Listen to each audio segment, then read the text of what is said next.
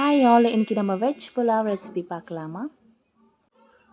இப்போ நம்ம ஒரு வானலில் நம்ம ஆயில் ஆட் பண்ணிக்கலாம். ஸோ ஒரு 4 பட்டை, பிரிஞ்சி இலை, 2 ஏலக்காய், லவங்கம் எல்லாம் சேர்த்துட்டு இப்போ அது கூட நம்ம 3 ஆனியன் ஆட் பண்ணிக்கலாம். ஸோ நல்லா வதக்கிக்கலாம். ஸோ 2 பச்சை மிளகாவும் ஆட் பண்ணிக்கலாம். ஸோ நல்லா வதக்கிக்கலாம். ஸோ வதக்கின உடனே புதினா ஆட் பண்ணிக்கலாம். புதினாவும் புதினா வதங்கின உடனே 2 டேபிள் ஸ்பூன் மிக்ஸ் ஆட் பண்ணலாம். நல்லா மிக்ஸ் பண்ணிக்கலாம். இப்போது நம்ம முந்திரி ஆட் பண்ணிக்கலாம். முந்திரி லைட்டாக வதங்கினா மட்டும் போதும். இப்போ நல்லா வதக்கிட்டு நம்ம டொமேட்டோ ஆட் பண்ணிக்கலாம். அதுக்கு நம்ம 2 டொமேட்டோ போட்டால் போதும்.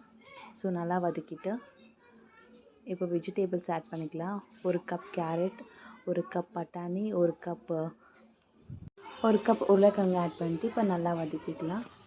இப்போ லைட்டாக கொஞ்சம் வதக்கின உடனே நம்ம தேங்காய் பால் ஆட் பண்ணிக்கலாம். நான் 1 கப் தேங்காய் பால் ஊற்றிக்கினேன். இப்போ நம்ம அரிசி ஆட் பண்ணிக்கலாம். நான் 2 கிளாஸ் அரிசி எடுத்துக்கினேன். ஸோ 2 கிளாஸ் அரிசிக்கு நம்ம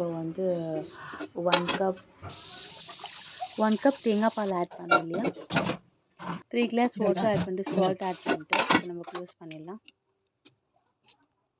ஸோ சுவையான வெஜ் புலாவ் ரெடி. ட்ரை பண்ணி பாருங்கள். டேஸ்ட் ரொம்ப சூப்பராக இருக்கும். ஸோ இதோடு கூட சேர்த்து நான் சிக்கன் கிரேவி பண்ணிக்கிறேன். சிக்கன் கிரேவி இன்னும் டேஸ்ட்டாக இருக்கும். ஸோ ஆல்ரெடி வீடியோ அப்லோட் பண்ணியிருக்கேன். எங்கள் சேனலுக்கு சப்ஸ்கிரைப் பண்ணுங்கள், லைக் பண்ணுங்கள், ஷேர் பண்ணுங்கள். தேங்க்யூ.